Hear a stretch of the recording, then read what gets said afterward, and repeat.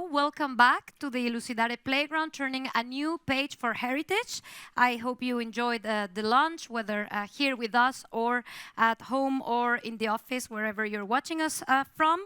I am very happy to introduce you to the first panel of the afternoon, entitled the ILUCIDARE White Paper on Built Heritage Documentation, which encapsulates the learnings of the ILUCIDARE Autumn School, which took place in Belgium last October and was led by our colleagues from the University of Leuven.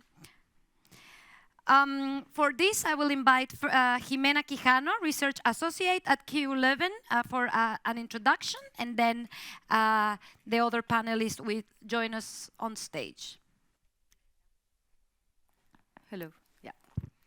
Okay, so as Lorena mentioned, this panel is based on one of our training activities. So before we go into the discussion, we would like to do a little recap so you get to know how it was, a little bit of the topics and just the general atmosphere of the event. And we will do it, maybe you guess it, with a video. We love videos.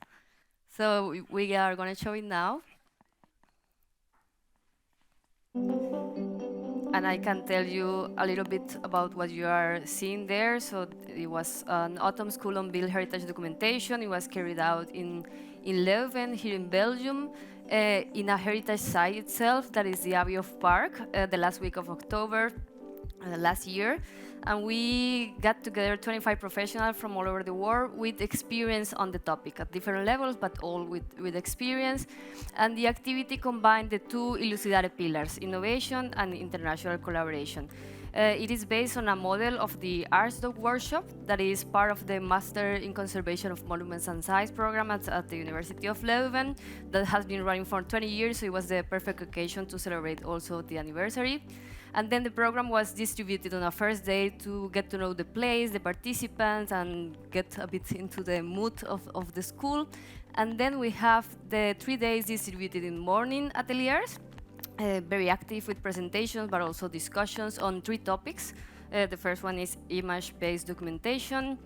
Then on the second day, we had 3D point cloud data, the same with presentations and discussions with some of the people that you will see in the panel. You can recognize them in the video. Yeah. And then the third day, we had on communication standards around documentation of built heritage. Also very interesting. Some of these things you will already hear in the panel. And then all of this was combined with afternoons hands-on workshops, where we got to implement the ILUCIDARE experience map methodology developed by IMEC, our partner, and adapted for this, and tech demos to test some state-of-the-art tools and technologies like the drone and some SLAM devices. And the last day, we'd conclude with a site visit to the St. Jacob Church in Leuven. And this is our team. It's a network that remains active, as you will see in the panel. And of course, everyone interested on this topic, we invite you to check an article with more detail, because of course this is just something brief. And you will find a longer version of this video on our YouTube channel from next week, so we also invite you to check that. So now I will give the floor to Aziliz, who will be moderating this panel. Thank you, Jimena, for the great video. And yeah, I think now we start the actual panel. So as you see, we have more chairs here in the front as before. So I think we are the only panel today that is represented live in the room. So that's also nice. So before I start talking, before I forget, I need to ask my panelists to to come to the front. So yeah, I can see them sitting in the room. So please, we have Barbara van der Wee from Barbara van der Wee Architects. Vincent, please, wherever you want to sit. Vincent from RealVisuals. Then we have Joe Kallas, who we saw, and then last but definitely not least, the one and only Mario Santana from Carleton University. Voilà, so full house, so to say. Everyone comfortable, cozy? Yeah. Yeah. Always next to Mario. Yes. We love Feel the safe with Joe. we love the humor. That's important. We heard this morning. Okay. So yeah. So firstly, yeah, I'm very happy and honored to sit here among, I think, well, colleagues, but I can also call all of you friends. So this topic is really close to what I love to do and what I love to work on. The question maybe you have now is why are we talking about something as specific as built heritage documentation? As Jimena explained, we had an autumn school on this topic because for us it reflects, of course, a component of innovation. So our definition of innovation in the project is you can create new ideas, new knowledge when you bring together different types of expertise. And in this case, we combine built heritage with the topics of geomatics and surveying technologies. Then one of the questions we had throughout, or what we noticed, let's say, in the built heritage documentation field is that there is a lot of technologies out there. A lot of them are also very rapidly evolving. They're becoming more and more accessible, both in terms of how you use them, but they're also becoming more accessible in terms of costs. So there is a lot of opportunities to combine innovative technologies and heritage.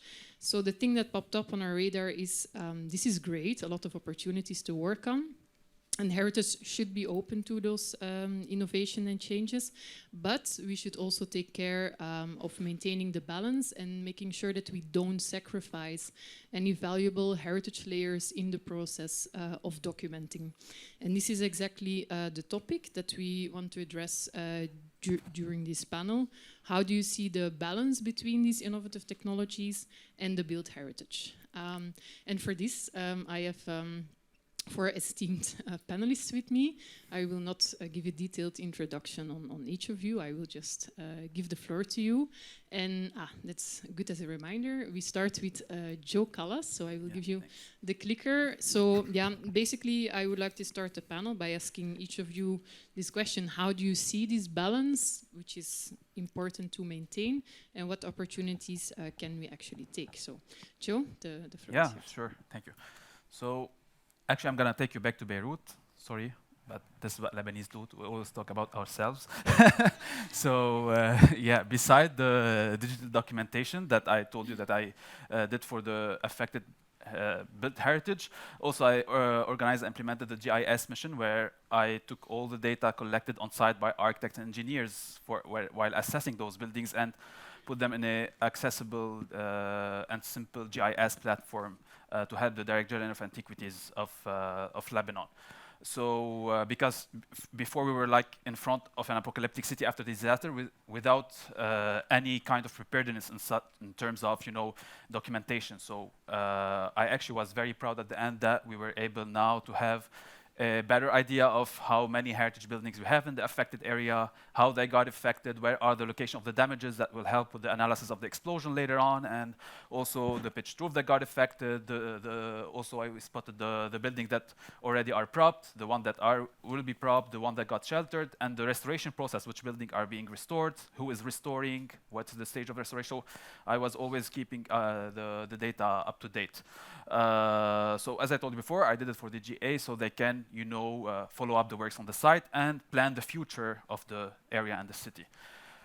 So once I did the job, I went there very happy, we did this, and they were very happy. And you know what was their first reaction?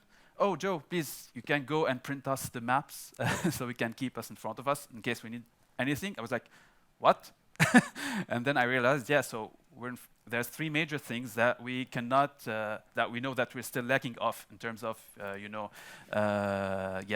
the field. So whether we like it or not, the world is going digital, okay? So we should accept that. But however, there's 3 major things that we need to address before going fully digital. So the first one, the digital literacy, and the fact that, of course, not all the institutions are able to deal with the digital data that you give them, or not able to manipulate or to be up to date with the newer version of this data or whatever. So this is important. So this is very important that with every project we implement, that we organize a capacity building for the personnel that will be working with this data, for them to be able, to manipulate, to process, to generate another data from your data. Because if your data giving it just to remain as it is, so we failed our project, right? So. And another item is the data accessibility, and the important that we need to work on new laws for, the digital copyrights, so we can encourage local institutions, governmental institutions, private institutions to be less protective, less secretive about their data, so we can and start to organize this sharing procedures. And thirdly and finally, which is the digital gap, and what others call it also the digital divide, and that the unequal access to information technology and tools, between the different countries, different regions. So, and we live in a world, that excel in inequalities and discrimination. So, are we able to really reach this digital equality? I hope so soon. If not, we should work on that. So, yeah. Thanks, Aziliz. Thank you, Joe. That was very fast. Yeah, as usual. Speedy Kallas, indeed. No, thank you. I think those are already 3 very interesting points that you raise, and I'm sure that we will hear them back. But before we do that, Mario, do you have something to add? I don't know. Sure, the answer is yes. Yeah. Yeah, I think I have about 10 slides, so I will go I will take Joe's speech to talk. Well, but before I start, I want to thank everyone for this very kind invitation, in particular Aziliz and Koen and the rest of the team. I would like to start with the word privilege, okay? So we're all privileged to be here. We're all privileged to be able to be broadcast and communicate our ideas. And I just want you to be mindful of this, because there is not many people that have the privilege we have, okay? And digital technologies can actually expand that privilege even further. So by expanding that privilege, we also have obligations to engage. And I want to talk about obligations because Joe already talked a little bit about the digital gap, etc. So, but before that, I just want to say a few words of my employers. ICOMOS is one of my employers. I am the Secretary General. I would like you to join ICOMOS. I have membership cards here if you want. Come afterwards. I'm kidding. So I won't talk about ICOMOS, but we are the advisory committee, a network of experts, 10,000 plus around the world, so we're always welcoming new members. And I'm coming from Carleton University, from the Carleton Immersive Media Studio, in which we study, work, and try to advance the use of technologies in the preservation of cultural heritage at large. So this morning we talked about the stakeholders. So we have different stakeholders doing digital recording projects. We have for-profit, non-for-profit, and we have an example here of some of the for-profit and the non-for-profits, again, academia. But let's talk about some statements. Is actually information technology should inform the preservation of cultural heritage? Yes or no? Should information technologies offer an opportunity to present, to monitor different narratives? Should information technologies be affordable? Should information technologies offer opportunities to communities to participate? And should information technologies transcend our time? And I'm sorry, Tiago, you talk about dreaming this morning. I'm trying to wake you up, okay? Because it's very important that you wake up to the technologies before you use them, okay? So heritage is about value-centered approach. We need to understand the character-defining elements. We need to evaluate the rehabilitation impacts, the sensitivity to change, the difference with the historic urban environments, context, non-renewable nature of heritage, and the legacy to future generations. And this is really important. So Letelier was a Canadian, the late Letelier, and he came up with the guiding principles. If you are not, just Google Letelier guiding principles, and you will come to a book that was written in 2007 that actually has 12 principles that if you follow, you will be able to apply digital technologies in a very sensitive way. Okay? And he always talked about the where, when, why, how, who, and what. But today, let's focus about the who. So we have an increased pace of technology. We have big data. We have issues of longevity. Is this going to transcend my lifetime? We have fragmentation, technologies, digital data sets, assets all over the world. We have issues of austerity, as I was saying, and then quality, the provenance, because I can see that the data, I trust Joe fully, so I know that the data from his drone will be really cool, but can I actually entrust my conservation project to that type of data? So we have ethical commitments as heritage professionals, and in particular recording, one related to our conduct as experts, one related to the practices. We need to give the best advice possible to the person that is going to utilize technologies. We need to respect cultural heritage, because when we collect data, it's not that that digital data belongs to us. It belongs to a community. It belongs to a group. So we need to respect them. We need to respect the communities, as I was saying. We also need to respect our fellow experts, like Vincent. I need to respect Vincent. I try my best. Or I need to respect Joe, no? Because we are both in the same field. And then finally, we need to have those qualifications, because no, we are not talking about people taking a cell phone and taking a photograph of an object. We are talking about someone that makes a record that can be used by Barbara, for instance, to do a conservation project. So we have that commitment. So we have different important obligations. I'm not going to read them all because I know I have short time. And that's all from me. So thank you so much, Aziliz, for these 5 minutes of fame. Yeah, thank you. Thank you. Yeah, no, thank you, Mario, for being here. And I'm happy that I was there to finally give you 5 minutes of fame. No, I think you raised many important points that maybe I will try to distill later as well. But the ethics are definitely important. And then, yeah, always be mindful for who is the data and how accurate they are. I mean, yeah, it's true. We have a lot of options with cell phones and algorithms that we can use today, but not everything is accurate enough for the heritage assets we're working with. Here, if the data that we are producing is actually useful for people like Barbara, we want to hear a bit more about people who are collecting the data in day-to-day practice. So, Vincent, the floor is yours. Okay, thank you, Aziliz. Also for the opportunity to be here to show a bit who we are and what we really do.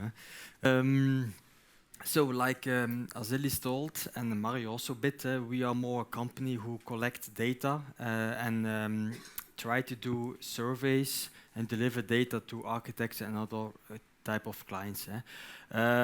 We have also an architectural background, so this is also a huge benefit that we already know a bit how a building is and how we can collect the data from type of buildings. We have a great variety of clients, from heritage to industrial to private, so it's really a big scope of clients, and each client is also different in the type of deliverables. So like I say, we have an architectural background, so we use 3D scanning techniques, drone technology to make plans, 2D models, 3D models, and the rest. And also with this 3D information, there's also now an opportunity to integrate it with a combination of scans with photogrammetry, so pictures combined with scans to have far more accurate visual data, and this can also be used in gaming engines, because there's also a huge evolution now these days that the gaming engines are really going fast in technology to implement the data that we have, that we use. So our main goal is, if you use scan data, it should be also quite accurate. It's not placing a scan there and you have it. No, really, you have to think how you use the machines, how you place the machines inside the rooms to collect the correct data. There should be a small movie playing, voila. So we also deliver several types of viewers that the client can use to easily navigate into the scan data. We also use quite new technology, mobile mapping technology, like you see the image below. This is mobile mapping technology that's also quite evolving fast. And yeah, it's a huge opportunity to work with this kind of digital evolution. So like I say, we have different clients, so each client is also different in the information they need. You can deliver auto pictures that an architect can draw the parts that they will need, or we can draw the parts that the architect needs. So it's a really different audience we have, public. And also for heritage, if you are really working for heritage architects, the demands are sometimes quite high. There's also a small movie you see here. So this is a combination of scan technology with photogrammetry to have a precise, accurate geometry and also a really nice texture mapping. You see all the cracks. This is all possible with this kind of combined technology. If you just have a scan itself, it will not always be that kind of visible. This is also quite used for visual inspection. Sometimes parts are not visible. You cannot access them. And yeah, okay, with this kind of models, it's quite easy to do. But there's also still some problems. If you see the technology, it's fantastic. If you see a point cloud, it's all fantastic, but there's also some limitations these days. One of the limitations we feel in our workflow is glass. Like this type of glass is really acting as a mirror. So you have a double side of the room, so it's double rentable. If the client looks like that, you can rent double space, but it's not like that. So reflections remains a big problem. Also, if the client, we always ask, is the place empty? Can we access easy? Yeah, no problem. But then you go on site and you see this kind of rooms. Okay, where can we place a machine? It's on a tripod. You cannot place it. So yeah, those are some problems we have these days. Also vibrations. A scanner is on a tripod and has to be stable. But if each 5 minutes a tram passes on the corner, you have an earthquake scan. What do you do with it? You cannot stop the tram. So it's a bit sometimes not easy to do. And also, I think you recognize the building. If you look outside here, you will see it. This is the first result of a survey we did with the drone. And then we did, the picture is with static scan, so we climbed all above. But even there, the scaffolding has wooden planks, 4 centimeters thick. Weather not always easy, so if you walk on there, also vibrations. So the technique itself seems really easy, but you have to think if you start with this kind of project, then it is not that easy sometimes. I think this was a brief explanation of a day in our office. Voilà. Yeah, voilà. Thank you very much. Thank you, Vincent, also for taking the floor for a bit. I think it's very interesting to hear what is happening in practice. So we hear that there is at least specialized companies out there who can cater to the needs of heritage, so who don't just consider heritage buildings as having all straight corners and straight lines, who are really having the right background to facilitate. And we hear from you that despite all the innovations and the innovative technologies we have, there is still a lot of challenges. But let's now hear, finally, from the people who actually use the data. How is the translation from your difficulties on site to the needs of the actual architect restorer? So, Barbara, the floor is yours. When Aziliz asked me to participate in this panel and share my experience with built heritage documentation from my practice as a restorator architect, I did not feel very comfortable at all, as I'm not a specialist in this field like you all are.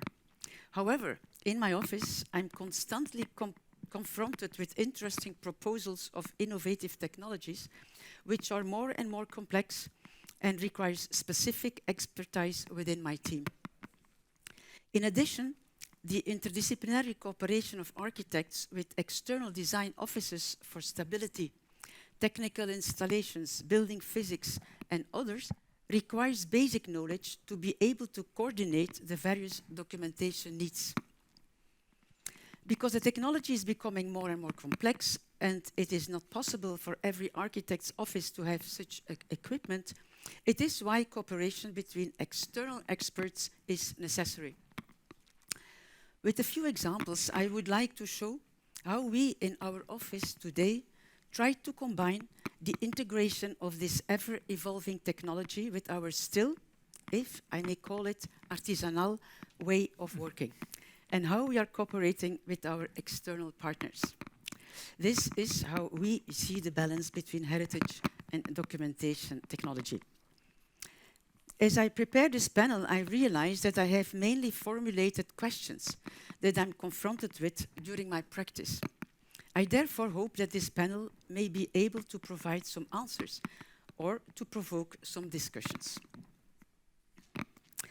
We must be aware that a restoration project is a temporary answer to a certain question at a certain moment in the life of a building.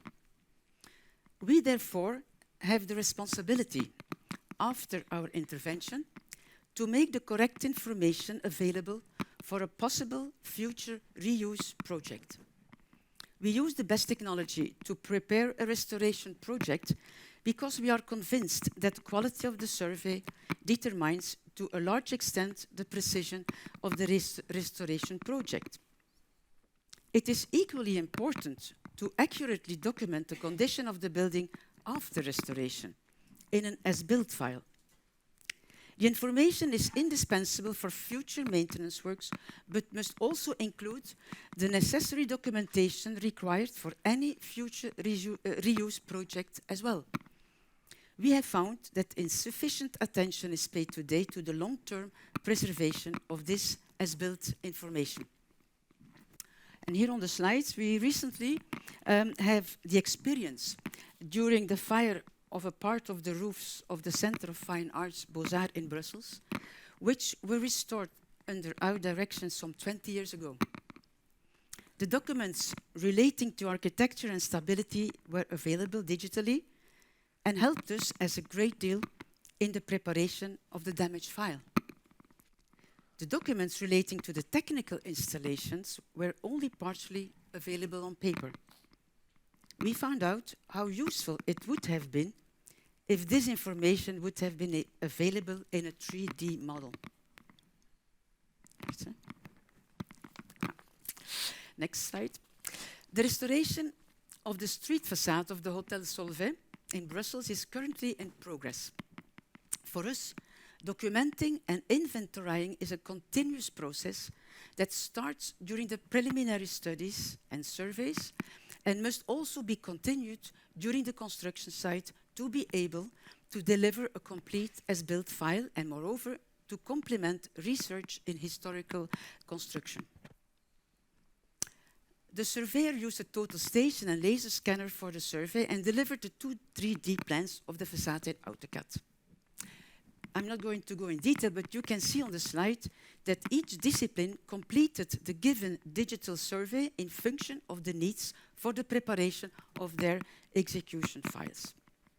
We were convinced that we were perfectly prepared for a fluent execution. But then the construction started, and we found that the steel structure was much in worse shape than anticipated. Dismantling was indispensable, and partly reconstruction is needed. It is now up to the executor, in our case an exceptional craftsman, to take the necessary measurements on site that he needs for his restoration work. We are in an exceptional situation that allows us to have a complete view of the steel structure of the street facade of Victor Horster's masterpiece, which will be partially invisible after the restoration. We do not have the time to document this during the construction site, but we hope that we will be able to collect enough data to work out in 3D reconstruction. My question is, which support and in which way the technology can best be integrated during the different phases of the project. And then, finally, I return to Beaux-Arts, and in this case for the project of a stage lighting of the concert hall. Here we were confronted with the complex space of the attic, where the survey was made difficult by the existing steel structure and the difficult shape of the floor, the curved ceiling of the underlying concert hall. A new floor had to be designed to optimize accessibility. The design team is multidisciplinary. Arab for the lighting, Neyen Partners for the structural engineering, VK for the technical installations, our team of architects for the restoration and coordination. Each team member needed specific graphic support for the preparation of their respective execution files. The measurement was carried out by University of Liège, and I see Pierre, who was actually in charge of it, and via laser scanning and point cloud for the entire attic space was made available to the various team members. As you can see on the slide, the information was used to generate several outcomes according to the needs of each discipline. My concern is how this digital information will be stored at the end of the works, so that the user, in this case Beaux-Arts team, will be able to use this very specialized technology in the future. I thank you for your attention. Yeah, thank you very much, Barbara, also for giving us a look at some very exceptional, wonderful buildings, I think. Yeah, before maybe we start the Q&A sessions, maybe it's interesting to already give some reflections and maybe ask some questions to the panelists myself. So what I really liked is, I think in the beginning of your presentation, Barbara, again, so we hear the other story, is we actually heard the two words together. You have the technology, but you also have the artisanal part, which I think also in many of the morning lectures is returns, that when we're talking about crafts, this is intrinsically part of heritage and something that we cannot forget, but also when actually restoring, maintaining, preserving our heritage, there is a lot of crafts that we need to have. So how do we marry this with all the technologies that we have? So I guess that was the outgoing question. But then how do we see the role of documentation therein? I think the slide that you had with all the different faces and all the different people involved, that was an important one. That's Vincent again. It's okay. No, it's essentially, so people can do the documentation, you can deliver a plan, but then we saw the evolution from what is delivered by a surveyor to what is done by the restoration architect to what is needed by the people who are doing the execution work, who are the craftsmen. So I think that's a very nice evolution. So I guess we can talk about the integration of different skills in a team for restoration. So I don't know if anyone wants to make a comment on that already, how we see that, because I mean, there's a lot of people involved, and where is documentation in the process? Is it in the beginning or is it in the end? Where do we document? Well, I think that actually Barbara already answered those questions. Yeah. So Barbara said it's a continuous process, no, documentation. Now, I just, by looking at Barbara's presentation and her last slide, you know, about what happens with the data, this morning I was thinking about the Rosetta Stone, right? So the Rosetta Stone was probably built some thousands of years ago, and we can still enjoy it and understand what it is. And then we can also look at the Historic American Building Survey, which is a program of the US Park Services.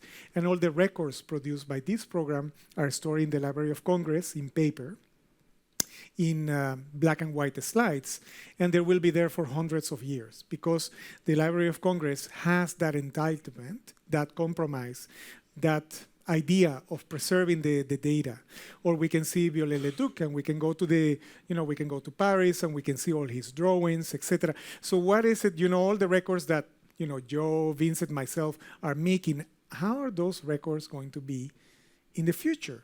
Are we going to have a Rosetta Stone, or they're going to die off, right? And I think that that's one of the biggest challenges that we have today. And we are producing massive amount of data. We are informing the process of conservation, but we don't really care what happens after. No? Yeah, no, that's also very true. I think, again, it comes down to who is doing it, like you were saying before, and coming back to what Joe was saying as well. So there is a lot of people in the sector that can actually produce this data, but then the people who actually need the data, the heritage communities, they're usually the ones that don't have access to the data or cannot use the data. That's, I think, also a very valuable reflection. I don't really know how to continue with it. There is many points that we hear here. Do we want questions from the audience, or do I just, keep talking? Yeah, we could do both. I mean, or we can have questions from our virtual platform as well. Okay, so hello from Newcastle, and thanks to all presenters. Thinking of the digital turn and of the obligations, I wonder if we know what is the environmental impact/footprint of turning digital in terms of producing and powering technologies. That's a whole other side of the story. Joe wants to. Yeah? No, I mean, when I said the word is going digital, it's not like we're going to live inside of a computer. I mean, like, we're going to rely more and more on technology to accomplish. So it serves us to accomplish things that faster that we used to accomplish manually. It's not like also we're gonna just rely on preserving digitally the heritage, of course not. So talking about, again, about Beirut, sorry. So imagine if the disaster happened in an era that was where this technology wasn't there. So imagine, okay, of course we were going to do everything we can, but could have taken us years to accomplish what we did in several months. So this is what I meant, like the world is going digital. So in this positive side, so we're gonna rely more and more on technology to accomplish faster what we used to accomplish, manually. Yeah, we So- definitely go faster, but then you say that the people that you worked for, they wanted printed maps in the end.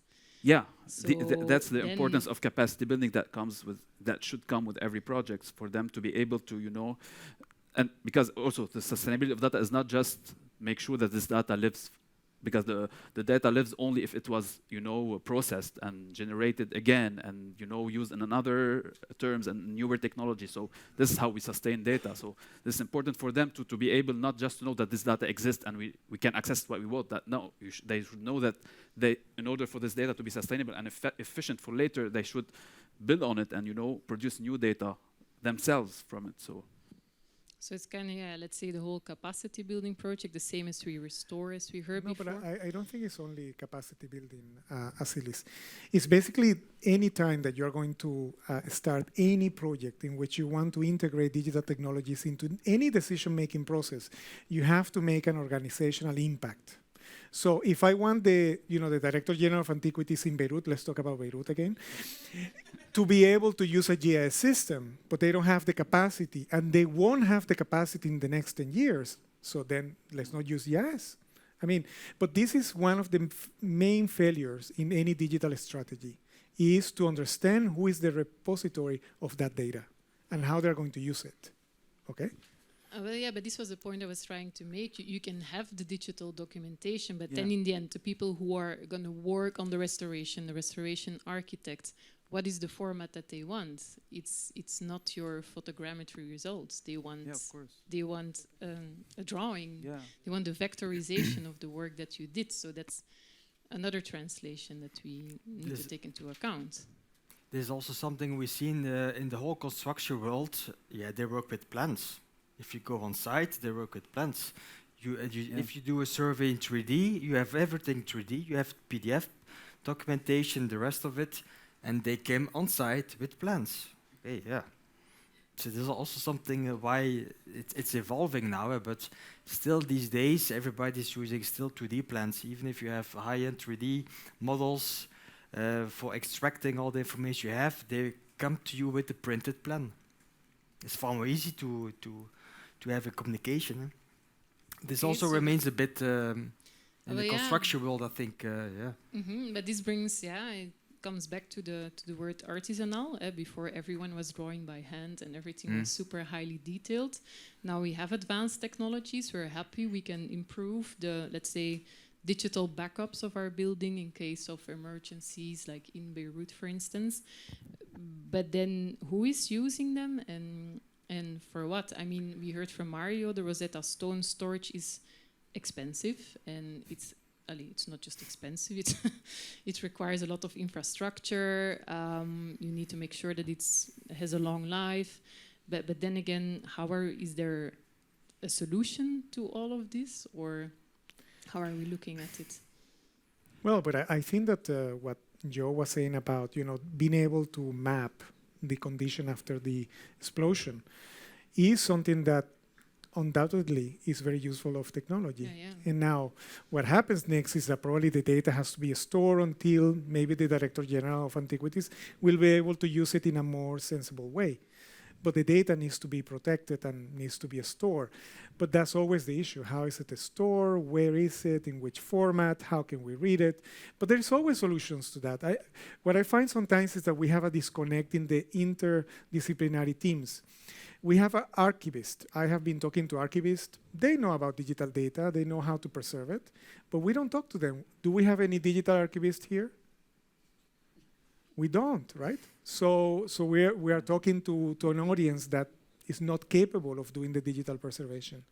But we have to do it. And I think this is we have a unique opportunity today to be able to make a real challenge and dream big, change the mentality, shift that from a mentality of collecting and disposing to collecting and keeping, okay?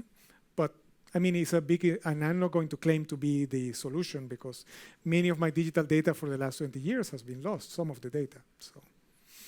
That's also interesting to hear. But then, who are all the people to be involved? Because I think there's also a bit of discrepancy between the project in Beirut, for instance, but then architectural practices when we reflect it back to the, let's say, day-to-day preservation of built heritage. I remember, Barbara, you mentioned the solution of an integrated team, I guess, which is interesting to reflect upon when you're on a building site and how a documentation person can fit in there. Do you maybe have reflections on that? Well, first of all, I had a small reflection that I experienced, and that is the problem of our craftsmen. I had recently, I'm working on a small project where it's a winter garden of Porta, and we need there the best craftsmen. But it is a public tender, public tender. So normally you don't get those craftsmen. And I did not want it to have a global firm which was presenting or proposing craftsmen, but we don't know them, and so on and so on. So we proposed to have a public tender for every small part, painting, mosaics, ironwork, and so. And those craftsmen had to introduce their documents into a digital platform. It was a disaster. So we spent a whole month making phone calls, trying to get people to help them, so at least we would have those craftsmen. And then I think if we keep going with this technology, I think it's super important, but we have to be aware that the craftsmen are completely out of this. And I don't know how to get them in, but if we did not have done this, and I don't know if there are other architects who will do what we did for a month to get those 12 craftsmen all together, and we managed to get them, but it is an abnormal situation. So that's another way of. Yeah, but I think it's also an important part of the conversation, because you say it's normal, but then again, it shouldn't be normal. Maybe the thing is there is here people who are really used to working with the digital technologies, or who are used to working with surveying, but I think the translation to the communities is still a very, very big problem. And not just the communities, also restoration architects, as we see here apparently. Then I see in the meanwhile, sorry. Yes, I just saw the new question, or did you want to ask a question? Okay, and I see we also have a question in the back, maybe before we go to the big bomb that is under our sector, which is on the screen, which we're not going to read. Yeah, so I just had a question after listening carefully to the panel. So I'm Stella, I'm a consultant at KA European Affairs, but previously I was a master's student at Conservation of Monuments and Sites, so I'm kind of the joint between different worlds here.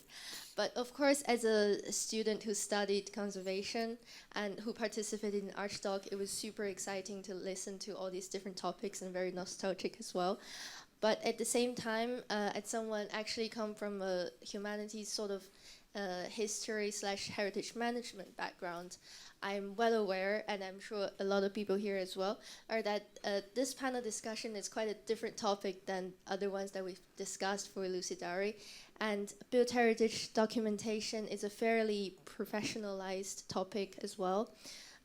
And I was inspired from some of the conversations I shared with our youth ambassadors at dinner yesterday, which was that a lot of people who are studying heritage and trying to work on heritage management, they're not really aware of what is happening in the more technical aspect of heritage conservation.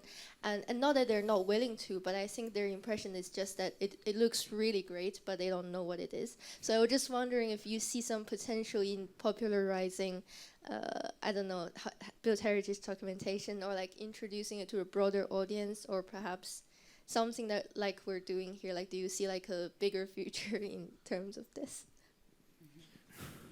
Well, yes and no. I mean, the technology. I will give the floor to the panelists, but I just want to say, just for there is different disciplines, and we will always work together. And I think we, especially the younger generation, we can be happy because, like I said, there is so many technologies. They're becoming easily accessible, very cheaply accessible.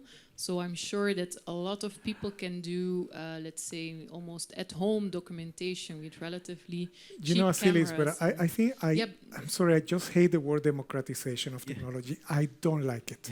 But I didn't use the word, and I wasn't no. finished. Let's focus. We cannot have a blacksmith, restoring a piece of Art Nouveau from Victor Horta. We need to have the best blacksmith doing that. We need to have the best heritage recording specialists recording that site. Now, we want to engage with heritage, right? So people, for instance, I saw an article a few days ago where there is a site in the world. They have these little windows where people can put their phone and they can take a photo. This photo can be uploaded into a monitoring system that can back inform conservatory specialists about how that landscape is looking like, how it's evolving. So actually, you're using the public to feed a machine learning algorithm to look at the site. So that's a smart way of engaging with the public, going into conservation. Or for instance, some of our colleagues were talking about teaching kids in the schools, to care about heritage. So let's use photogrammetry, let's use laser scanning, let's do these kind of things which are really cool. That's really important.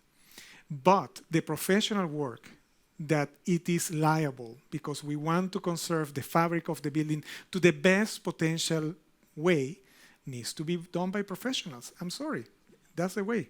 But that was exactly the point I was making. So the technology is becoming more accessible and cheaper, and I think I will never ever say that it's not democratized, because it is, and you should use it. I think everyone is allowed to use it because many of the softwares out there are also free and open source, and I recommend everyone to use them.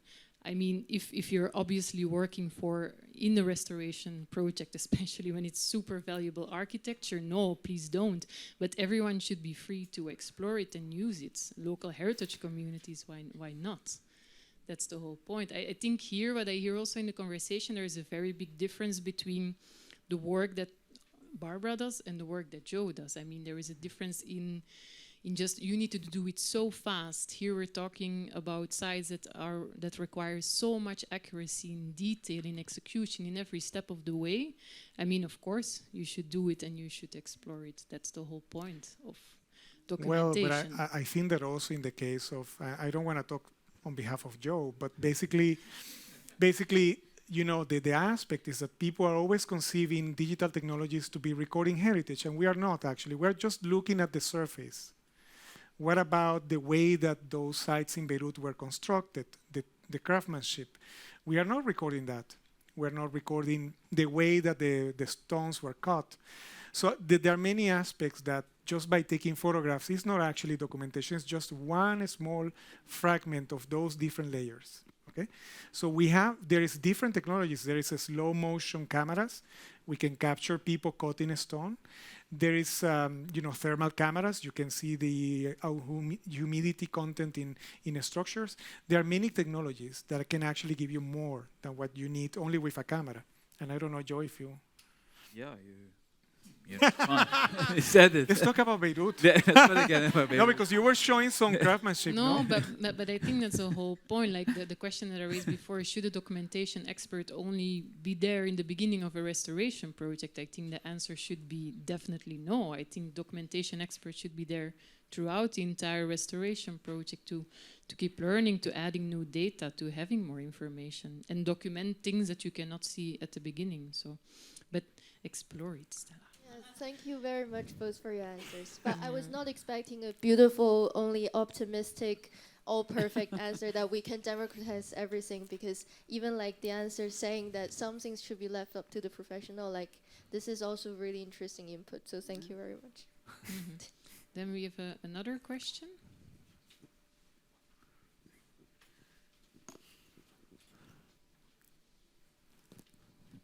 Thank you very much. I'm Rodolphe Delot from the European Historic House Association. The panel is perfect, but I think there is one link which is missing, which is the artisan, the people who are working with their hands, and they disappeared. We know that in every sense when we have to restore a house, that it's more and more difficult in our country to find people who knows how to work in those ancient way of doing the work. And that's important because at the end of the day, there is organization which exist who are protecting the artisans, but they are not represented here today. And I think probably to complete the panel would be good one day to get them in the middle view. Yeah, completely agree. Definitely. Yeah. Definitely. But to your point, I would like to say that actually conservation projects, are well financed to a certain extent, but training of trades is not. And this is a critical point that we see everywhere. I mean, I'm from Canada. Schools of trades are being dismantled because, all masonry, who wants to learn about it, or timber frame?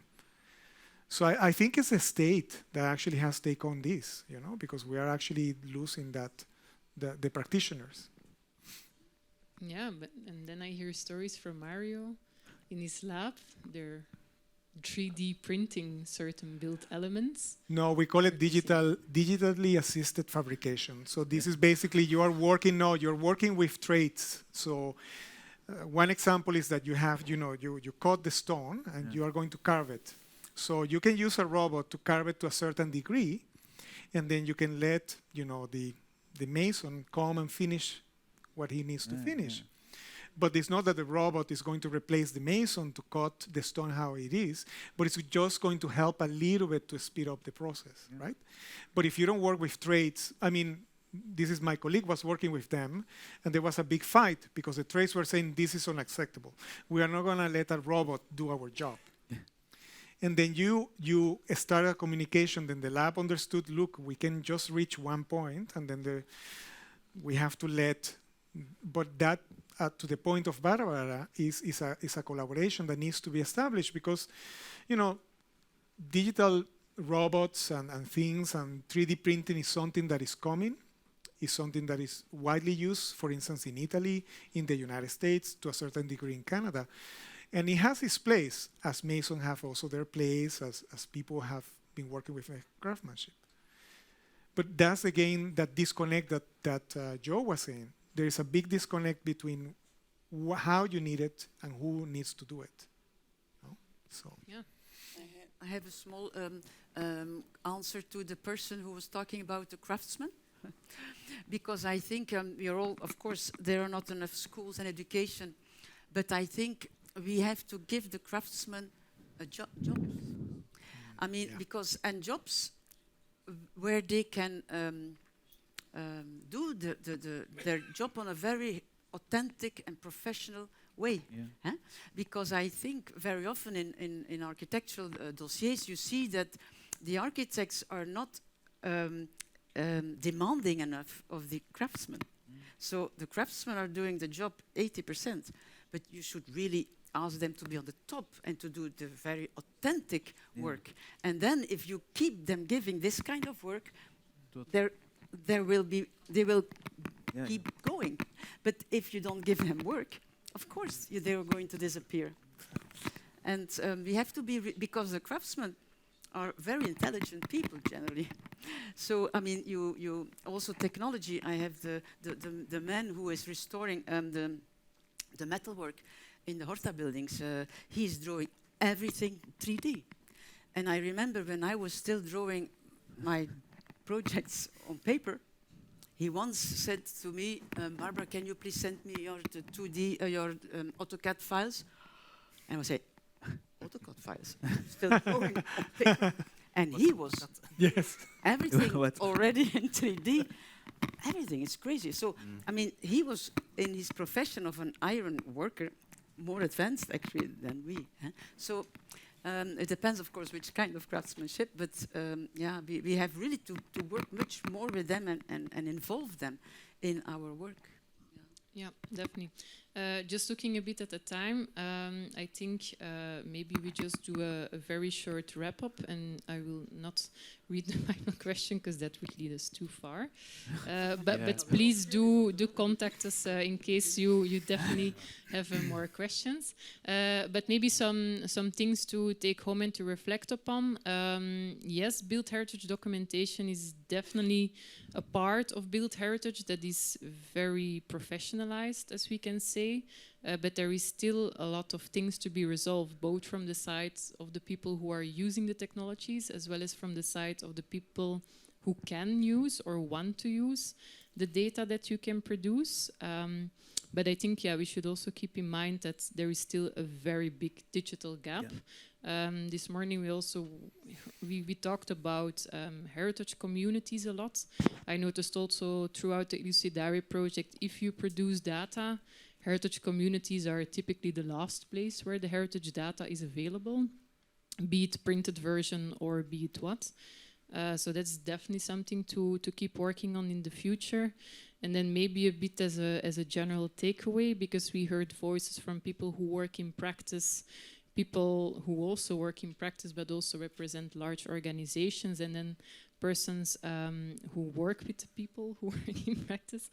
We heard crafts, artisanal, and technologies and documentation in one sentence. So we learned that people who do the documentation should be there in the start of a restoration project towards the end of the restoration project. So maybe it's time to be brave, that heritage should embrace the innovation, and that we can say that built heritage documentation is just another craft that we need to add to our team of restorers in the future. I think that's nice. Built heritage documentation is a craft, people. Thank you, Aziliz. Great job. Yes, yes. This time I agree with you. Okay, thank you. Thank you. Move. Thank you very much. Sorry, I am giving you the back.